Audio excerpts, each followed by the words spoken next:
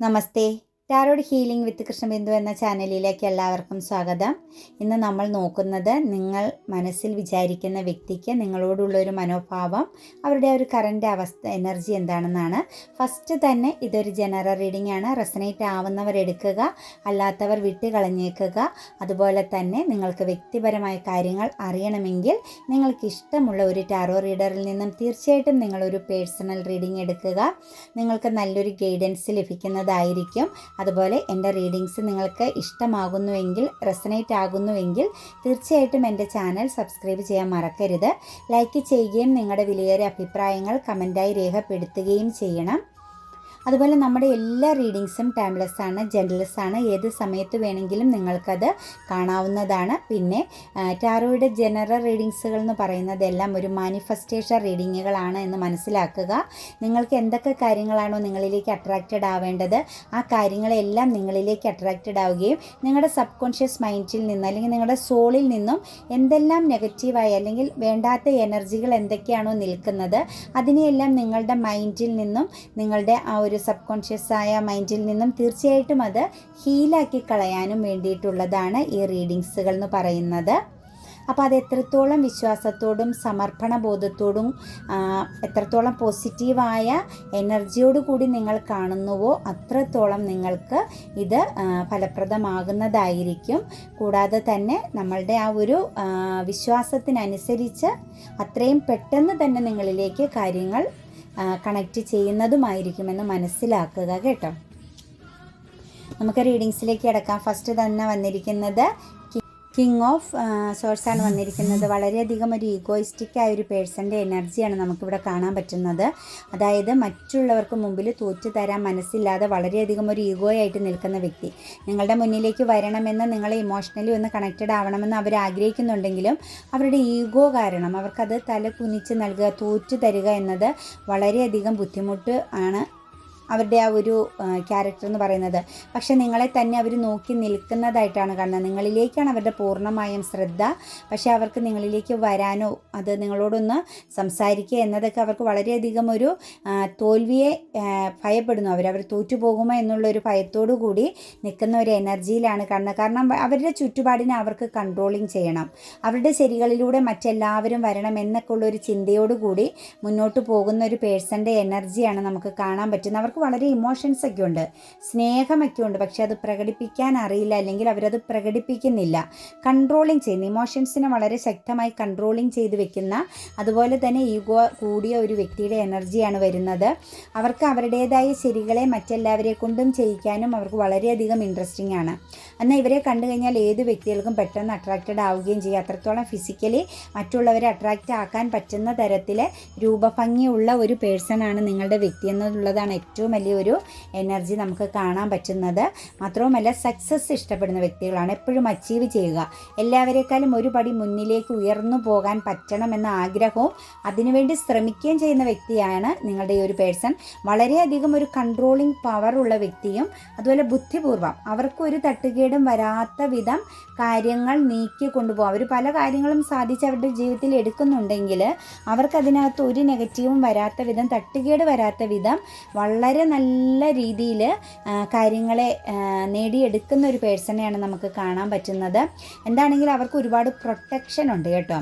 അവർക്ക് ചുറ്റും അവർക്ക് പല രീതിയിലെ പ്രൊട്ടക്ഷൻ ഉണ്ട്. മറ്റുള്ളവരുടെ ഹെൽപ്പായിരിക്കാം, സൗഹൃദ വലയങ്ങളാവാം, അതല്ലെങ്കിൽ ഡിവൈൻ്റെ തന്നെ ഒരു ബ്ലെസ്സിങ്സ് അവർക്കുണ്ട് എന്നുള്ളതാണ് ഏറ്റവും വലിയ ഒരു പോസിറ്റീവായ എനർജി. അവർക്ക് നല്ലൊരു പ്രൊട്ടക്ഷൻ എപ്പോഴും ഉണ്ട്. അതുപോലെ അവർക്ക് വഴികാട്ടികളായിട്ട് എപ്പോഴും ഏതെങ്കിലുമൊക്കെ സാഹചര്യങ്ങൾ വന്നു ചേരും. അവർക്കൊരു തട്ടുകേട് വരുന്നു എന്ന് തോന്നി അതിന് മുന്നേ അവർക്കത് തിരിച്ചറിയാനും അതൊരു ഫൈറ്റിംഗ് എനർജിയിലൂടെ ഏത് രീതിയിലാണെങ്കിലും അവർ ആ ഒരു സാഹചര്യത്തെ അതിജീവിച്ച് കടന്നു പോകുന്ന ഒരു മനോഭാവമുള്ള വ്യക്തിയാണ് നിങ്ങളുടെ പേഴ്സൺ.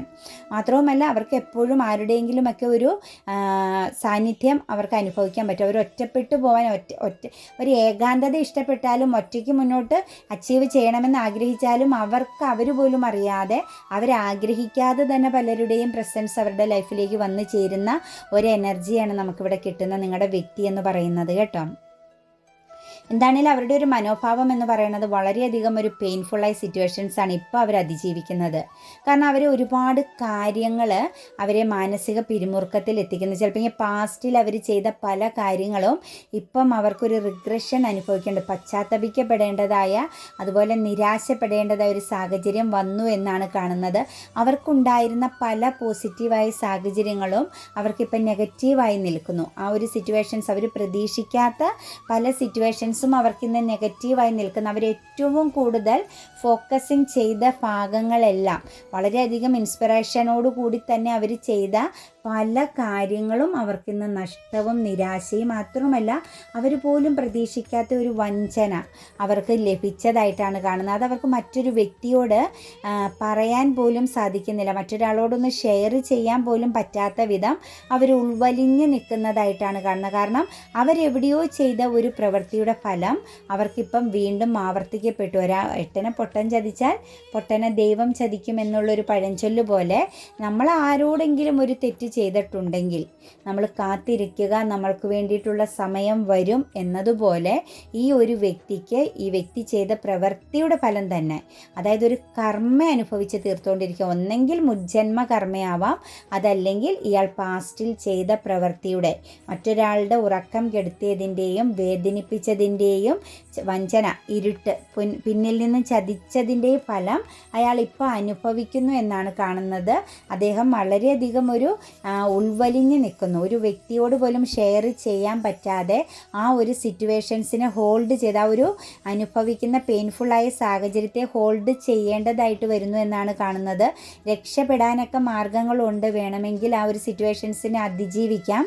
പക്ഷേ അങ്ങനെ അതിജീവിക്കാൻ പറ്റില്ല, അതിൻ്റേതായ ഒരു ടൈം എടുക്കും ആ വ്യക്തി ആ ഒരു സിറ്റുവേഷൻസിൽ നിന്ന് മാറാൻ. കാരണം അയാളുടെ ഈഗോ, മറ്റുള്ളവരുടെ മുമ്പിൽ പരാജയപ്പെടുക, തോറ്റു കൊടുക്കുക, മനസ്സ് തുറക്കുക, ഇമോഷൻസിനെ കാണിക്കുക, ഇങ്ങനെയുള്ള എല്ലാ കാര്യങ്ങളും അയാൾ വളരെ ഈഗോയോട് കൂടി വെച്ചിരിക്കുന്നത് കൊണ്ട് അയാൾക്ക് ഈ സംഭവിച്ച പെയിൻഫുള്ളായ സാഹചര്യം, ഈ ഒരു വേദന അയാൾ ഹോൾഡ് ചെയ്യേണ്ടതായിട്ട് വരുന്നു. രക്ഷപ്പെടാനും മാറിപ്പോകാനും മാർഗങ്ങളുണ്ടെങ്കിൽ പോലും ഈ ഒരു വ്യക്തിക്ക് ഒന്നും ചെയ്യാൻ പറ്റാത്ത വിധം സ്റ്റക്കായിട്ട് നിൽക്കുന്നത്. ടവറാണ് വന്നിരിക്കുന്നത്.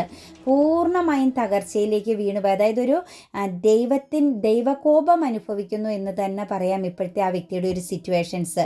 നമ്മൾ പാസ്റ്റിൽ നിന്ന് ചെയ്തു വരുന്ന ഓരോ കാര്യങ്ങളും നമ്മൾ ആ ഒരു ടൈമിങ് നമുക്ക് പോസിറ്റീവ് ആണെങ്കിൽ എന്ത് സംഭവിക്കും? നമ്മൾ അതിനെയെല്ലാം അതിജീവിച്ച് കടന്നു പോരുമ്പോൾ നമുക്ക് തന്നെ തോന്നും ഞാനെന്ന ഭാവം, എനിക്കൊന്നും വരില്ല എന്ന്. പക്ഷേ ഏറ്റവും അവസാനം ഒരു പ്രതികാരം, അതായത് ദൈവത്തിൻ്റെ പ്രതികാരത്തിലേക്ക് വന്ന് ചേരുന്ന ഒരു ടൈമിങ്ങിലാണ് നമ്മൾ ഏറ്റവും ആഴത്തിലേക്ക് വീണു പോകുന്നത്. ടവറാണ്. വളരെ അപ്രതീക്ഷിതമായിട്ടൊരു പതനമാണ് ഈ ഒരു പേഴ്സൺ ഇപ്പം സംഭവിച്ചിരിക്കുന്നതെന്നാണ് കാണുന്നത്. ഒന്നും ചെയ്യാൻ പറ്റുന്നില്ല, സ്വയം പ്രൊട്ടക്റ്റ് ചെയ്ത് നിൽക്കുകയല്ലാതെ ആ ഒരു സിറ്റുവേഷൻസിൽ നിന്ന് രക്ഷപ്പെടാൻ പറ്റുന്നില്ല. എവിടെയാണോ അവർ അറ്റാക്ക് ചെയ്യപ്പെട്ടത്, അല്ലെങ്കിൽ എവിടെയാണോ ആ ഒരു തകർച്ച അവർക്ക് വന്നത്, അവിടെ തന്നെ നിന്നുകൊണ്ട് അവരെ തന്നെ നോക്കേണ്ട അവസ്ഥ, അല്ലെങ്കിൽ അവരുടെ പാസ്റ്റിലെ കാര്യങ്ങളെക്കുറിച്ച് വീണ്ടും റിവൈൻഡ് ചിന്തിക്കേണ്ടതായ ഒരു അവസ്ഥ അവർക്ക് വന്നിരിക്കുന്നു എന്നാണ് നമുക്ക് കാണുന്നത്. അവർ ശരിക്കും പറഞ്ഞാൽ ഒരു അണ്ടർസ്റ്റാൻഡിങ്, ഒരു തിരിച്ചറിവിലേക്ക് പോകുന്നതായിട്ടാണ് കാണുന്നത് കേട്ടോ. അവരുടെ അവർക്കൊരു ഇന്നർ ഗൈഡൻസ് ഒക്കെ ലഭിക്കുന്നുണ്ട്. അവർക്ക് ഇച്ചിരി ബ്ലെസ്സിങ്സ് ഒക്കെ ഉള്ള വ്യക്തിയാണ്. അതുകൊണ്ട് അവർക്ക് ഇച്ചിരി ഇന്നർ ഗൈഡൻസ്, അല്ലെങ്കിൽ എന്താണ് അവർക്ക് പറ്റിയത്, എന്തുകൊണ്ടാണ് ഈ ഒരു വീഴ്ച വന്നത് എന്നുള്ളത് അവർ മനസ്സിലാക്കുന്നുണ്ട്. അവർക്ക് ആ ഒരു ഗൈഡൻസ് ലഭിക്കുന്നുണ്ട് അവരുടെ മൈൻഡിൽ നിന്ന് തന്നെ. പക്ഷേ അവർക്ക് അവരിൽ തന്നെ കണക്റ്റ് ചെയ്ത് അവരുടെ സോളിനോട് അവർ മാപ്പ് പറഞ്ഞ് നിൽക്കേണ്ട ഒരു സിറ്റുവേഷൻസാണ് നമുക്ക് കാണാൻ പറ്റുന്നത്. അതുകൂടാതെ തന്നെ ഇവിടെ കാണുന്ന ഒരു എനർജി എന്ന് പറഞ്ഞത്, അവർ എത്രത്തോളം ഉയർച്ച, ഏത് സാഹചര്യത്തിലാണോ നിന്നത് അതിൻ്റെ ഓപ്പോസിറ്റ് സാഹചര്യത്തിലേക്കാണ് അവർ അതപ്പതിച്ച് വന്നിരിക്കുന്നത്. അപ്പം നല്ല പവർഫുള്ളായിട്ട്, നല്ല സ്ട്രെങ്തായിട്ട് ഞാനെന്ന ഭാവത്തോടു കൂടി നിന്നെങ്കിൽ ഇപ്പോൾ ഒരു സ്തംഭനാവസ്ഥയിലൊരു സ്റ്റക്നെസ്സിലേക്ക് അവരെ കൊണ്ടുവന്ന് വിട്ടിരിക്കുന്നതായിട്ടാണ് കാണുന്നത്. കാരണം അവർക്ക് മുമ്പിൽ ഒരുപാട് ഓപ്ഷൻസ് വന്നിരുന്നു. അത് അവർക്ക് ഭയങ്കര ഒരു അഹങ്കാരത്തിന് കാരണമായി. കാരണം ഒരുപാട് ഓപ്പർച്യൂണിറ്റീസ് അവർക്ക് വന്നതായിട്ടാണ് കാണുന്നത് അവരുടെ ജീവിതത്തിൽ. ചിലപ്പോൾ അത് ഫിനാൻസ് പരവും കരിയർ പരവും വ്യക്തിബന്ധങ്ങളായിട്ടൊക്കെ അവർക്ക് ഒരുപാട് ഓപ്പർച്യൂണിറ്റീസ് വന്നു. പക്ഷെ അതൊന്നും അവർ ചിന്തിച്ചില്ല, നല്ലതും ചീത്തയാണോ, ഇതൊരു വെല്ലുവിളിയാണോ എൻ്റെ ജീവിതത്തിലേക്ക് വന്നത് എന്ന് നിങ്ങളുടെ വ്യക്തി ഒരു കാരണവശാലും ചിന്തിക്കാതെ പോയതായിട്ടാണ് കാണുന്നത്. എല്ലാത്തിലേക്കും അങ്ങ് എടുത്ത് ചാടുകയാണ് ആ പേഴ്സൺ ചെയ്തത്.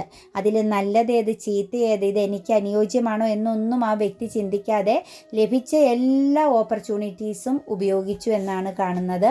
തീർച്ചയായിട്ടും അവരുടെ ഇപ്പോഴത്തെ ഒരു സിറ്റുവേഷൻസ് എന്ന് പറഞ്ഞാൽ ലവേഴ്സാണ്. സ്നേഹം വേണം, അവർക്ക് ശരിക്കും ഒരു വ്യക്തിയുടെ സാന്നിധ്യം വേണം. പൂർണ്ണമായി നിങ്ങളെ എല്ലാ രീതിയിലും ബ്ലോക്ക് ചെയ്ത് പോയ ഒരു പേഴ്സണാണ് ഇത്. അതല്ലെങ്കിൽ നിങ്ങളെ എല്ലാ രീതിയിലും കണക്റ്റ് ചെയ്ത, നിങ്ങളുമായിട്ട് ഒരു ബന്ധം വരാത്ത വിധം നിങ്ങൾക്ക് ബൗണ്ടറി ഉണ്ടാക്കി നിങ്ങളോട് നല്ലൊരു ഫൈറ്റിംഗ് നടത്തിയിട്ട് നിങ്ങളോടൊരു മത്സര ബുദ്ധിയോടുകൂടി പെരുമാറിയിട്ട് കടന്നുപോയൊരു പേഴ്സൺ ആയിരിക്കാം നിങ്ങളുടെ ഈ ഒരു വ്യക്തി. പക്ഷേ ഇപ്പോൾ അവർ ആഗ്രഹിക്കുന്ന അവർക്കൊരു സ്നേഹമാണ്. അവർക്ക് സ്നേഹം പ്രകടിപ്പിക്കാനും വളരെയധികം ഈഗോയിസ്റ്റിക്കായി നിന്ന പേഴ്സൺ ആണെങ്കിലും അവർക്കിനി ആവശ്യമാവാൻ പോകുന്നത് ഒരു സ്നേഹമാണ്. അവർക്കൊരു സാന്നിധ്യം വേണ്ടി വരുമെന്നതാണ് ഇവിടെ കാണാൻ പറ്റുന്നത്. അവർ നഷ്ടപ്പെടുത്തി, അവർ ബ്ലോക്ക് ചെയ്ത് വെച്ചത്, അവർ ബൗണ്ടറി സൃഷ്ടിച്ചത് അവരുടെ സ്നേഹത്തിന് മുമ്പിലാണ്.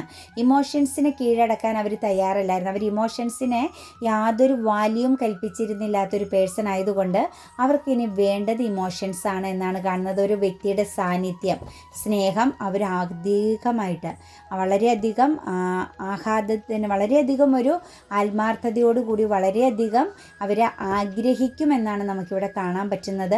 ഒരു ന്യൂ ബിഗിന്നിങ് അവർ ആഗ്രഹിക്കും. അവരുടെ ലൈഫിൽ അവർക്ക് വേണം ഒരു പുതിയ ജീവിതം, മാറ്റം. അവരെന്ന് പറയുന്ന ആ ഒരു വ്യക്തിയെ മാറ്റി വയ്ക്കാൻ അവർ ആഗ്രഹിക്കും. അവർക്കിടെ ഇത്രയും അവരുടെ മുമ്പുണ്ടായിരുന്ന എല്ലാ ക്യാരക്ടറിനെയും എല്ലാ രീതികളെയും അവർ ചേഞ്ച് ആക്കണമെന്ന് തീർച്ചയായിട്ടും അവർ ആഗ്രഹിക്കുന്ന ഒരു സിറ്റുവേഷൻസിലേക്ക് എത്തിക്കൊണ്ടിരിക്കുന്നതായിട്ടാണ് നമുക്ക് കാണാൻ പറ്റുന്നത്. അതുപോലെ തന്നെ റിഗ്രഷൻ അനുഭവിക്കുകയാണ്, പശ്ചാത്താപിക്കപ്പെടുകയാണ് വളരെയധികം. അതായത് അവരാ ചെയ്തു കൂട്ടി, അവരല്ലാതെ മറ്റൊരു പേഴ്സൺ ആയിരുന്നു അവർ. അതായത് രണ്ട് മൈൻഡ് സെറ്റുള്ള ഒരു വ്യക്തിയായിരുന്നു. അവർക്ക് ശരിക്കും തിരിച്ചറിവുണ്ട് നല്ലതേതാ ചീത്ത ഏതാന്ന്, പക്ഷെ അത് ആവാൻ അവർക്ക് സാധിച്ചില്ല. പക്ഷേ ഇപ്പോൾ അവർക്ക് ആ ഒരു പുതിയ തുടക്കം വേണം, ഒരു ഗ്രോത്ത് വേണം എന്നുള്ള ആ ഒരു ആഗ്രഹം വരുന്നു. അവർ ചെയ്തു കൂട്ടിയ ഓരോ പ്രവൃത്തിയിലും അവർ വളരെയധികം പശ്ചാത്തപിക്കപ്പെടുന്നതായിട്ടും അത് ആ ഓർമ്മകൾ, പാസ്റ്റിലെ അവരുടെ ഓർമ്മകൾ അവരെ വളരെയധികം ഒരു മാനസിക പിരിമുറുക്കം സൃഷ്ടിക്കുന്നതായിട്ടാണ് കാണുന്നത്. അവർക്ക് അവരെ തന്നെ മാനേജ് ചെയ്യാൻ പറ്റുന്നില്ല. അവരുടെ ധൈര്യം ചോർന്നു പോയതായിട്ടാണ് കാണുന്നത്.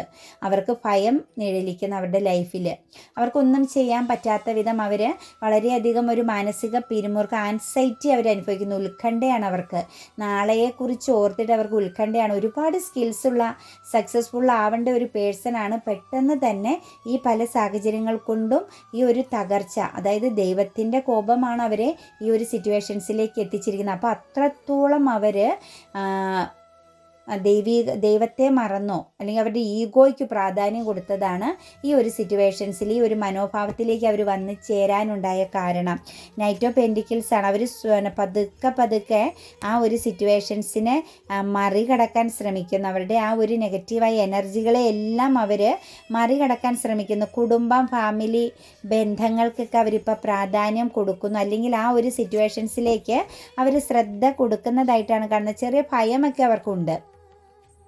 അവരിട്ട് വെച്ചിരിക്കുന്ന ബൗണ്ടറി ഒന്നും മാറ്റിയിട്ടൊന്നുമില്ല. അവർ ആ ബൗണ്ടറിക്കുള്ളിൽ തന്നെയാണ് നിൽക്കുന്നതെങ്കിൽ തന്നെ അവർക്ക് ചെറിയ ഭയം അനുഭവിക്കുന്നതായിട്ടാണ് കാണുന്നത്. ചില സത്യങ്ങളൊക്കെ അവർക്ക് മനസ്സിലാവുന്നുണ്ട്.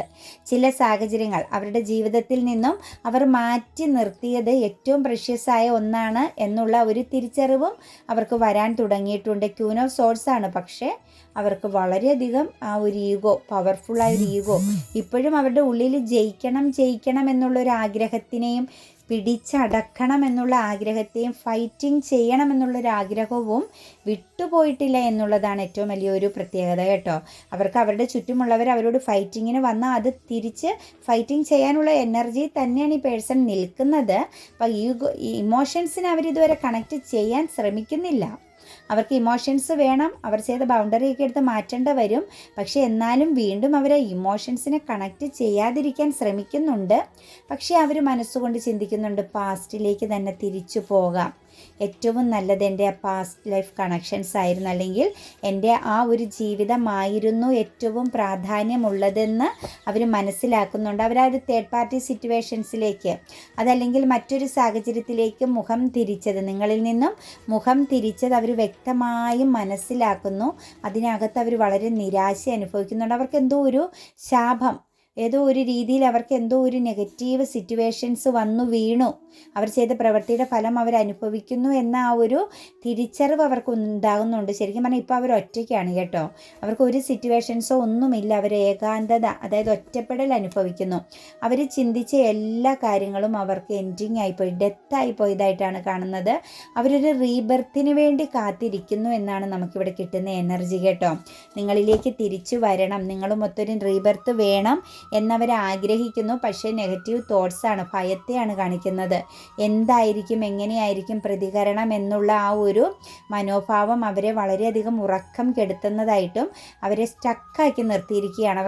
അവർ ഒരു രീതിയിലല്ല നിങ്ങളെ ചൂഷണം ചെയ്തത്, ഒരുപാട് രീതിയിൽ നിങ്ങളെ അവർ വളരെയധികം വേദനിപ്പിച്ചതായിട്ടാണ് കാണുന്നത്. പല സിറ്റുവേഷൻസിലും നിങ്ങളെ അവർ വേദനിപ്പിച്ചതായിട്ടാണ് കാണുന്നത്. ശരിക്കും പറഞ്ഞാൽ അവരുടെ സെൽഫ് കോൺഫിഡൻസ് ഒക്കെ നഷ്ടപ്പെട്ടു, ഇരയാക്കപ്പെട്ടു എന്നുള്ള, അതായത് നിങ്ങളെ അവർ ശരിക്കും ഇരയാക്കിയിരുന്നു എന്നുള്ള ഒരു തിരിച്ചറിവ് അവർക്ക് വ്യക്തമായി മനസ്സിലാകുന്നു.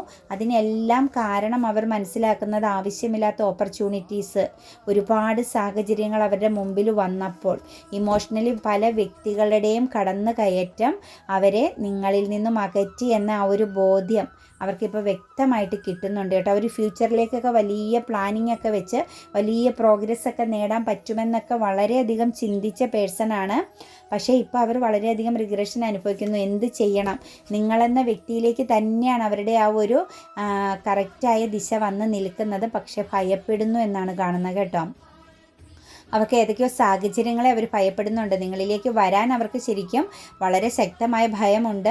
അതുകൂടാതെ തന്നെ വേറെ ഏതൊക്കെയോ സാഹചര്യങ്ങളെയും അവർ ഭയപ്പെടുന്നുണ്ട്. നിങ്ങളിലേക്ക് വന്നു പെട്ടാൽ നിങ്ങളിലേക്ക് കണക്റ്റഡായ വേറെ എന്തെങ്കിലും രീതിയിൽ പ്രശ്നങ്ങൾ വരുമോ, അതിനെയൊക്കെ അതിജീവിക്കേണ്ടി വരുമോ എന്നെല്ലാം അവർ ചിന്തിക്കുന്നുണ്ട്. പിന്നെ അവർക്ക് നല്ല സ്കിൽസുള്ള വ്യക്തികളാണ്. ഏത് സാഹചര്യവും ഇമോഷണലിയൊക്കെ ഒന്ന് തകർന്നാലും വീണ്ടും അവർ അതിനേക്കാൾ ശക്തിയോടുകൂടി ഗ്രോത്തോടുകൂടി കയറി വരാൻ പറ്റുന്ന വ്യക്തികളാണ്.